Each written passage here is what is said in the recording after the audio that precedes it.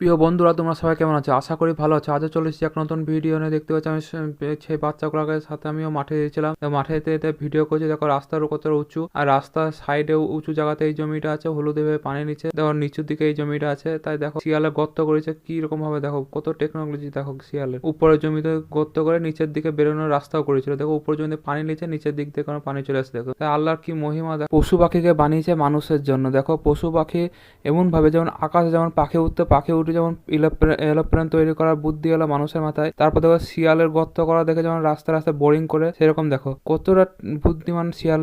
শিয়ালকে এমনি শিয়াল পুনিত বলা হয় না। দেখো নিখুঁত ভাবে গর্ত করেছে। গর্তটা কোনো বসেও না, কোনো জায়গা দিয়ে কোনো গাড়ি গেলেও কোনো বসে না, মানে এমন ভাবে করেছে। আর মাঠের রাস্তা দিয়ে আমরা চলে গেছি ওই কলা বাগানে কলার পাতা কাটতে। দেখো চারিপাশে কত জঙ্গল। দেখো এই শস্যের ভুঁইয়ের পাশের কলা বাগানে দেখছো অনেকটাই বড় বাগানটা নষ্ট হয়ে গেছে ভাইরাস জনিত কারণে।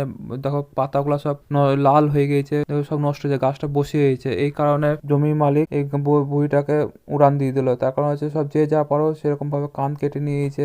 তারপর দেখো গাছগুলা সব কত সুন্দর সুন্দর গাছ, মানুষ হওয়া বাহাল হওয়া গাছ। দেখো গাছগুলা যে সুন্দর লাগছে গাছগুলা দেখে, কিন্তু গাছগুলা কাটতেই মজা লাগছে। দেখো তাও কতটা ক্ষতি দেখো দেখি। একই তো কলার দাম নেই, আবার কলাতে এক কলা খরচা, তারপরেও মানুষটা দেখো কিভাবে এগোচ্ছে।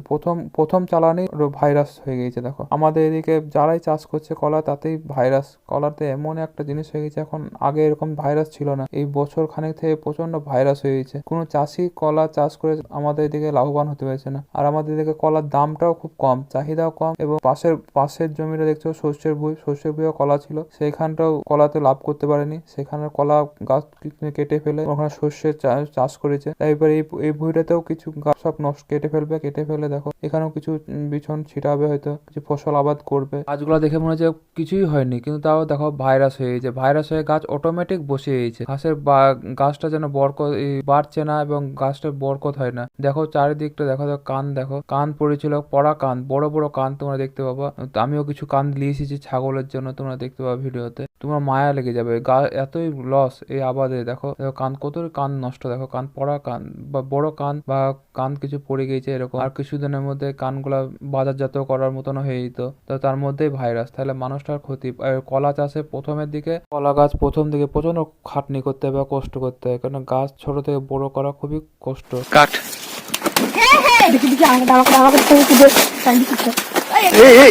তোরা যা করছিস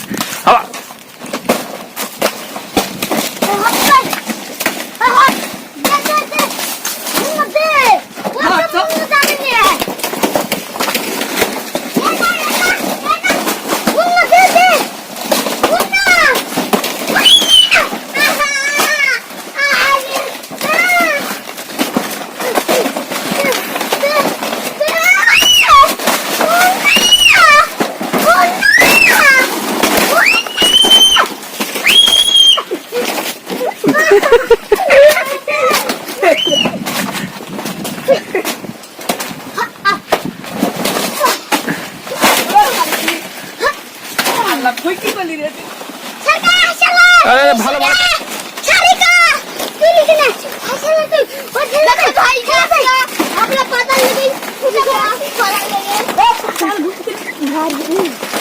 পাতাগুলো নিলে পাতা নিলে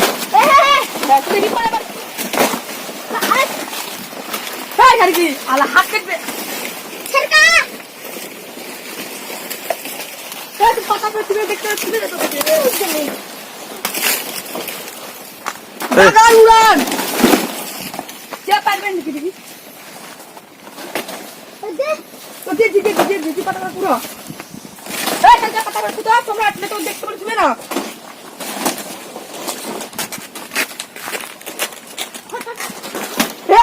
কাটছে সোনাটে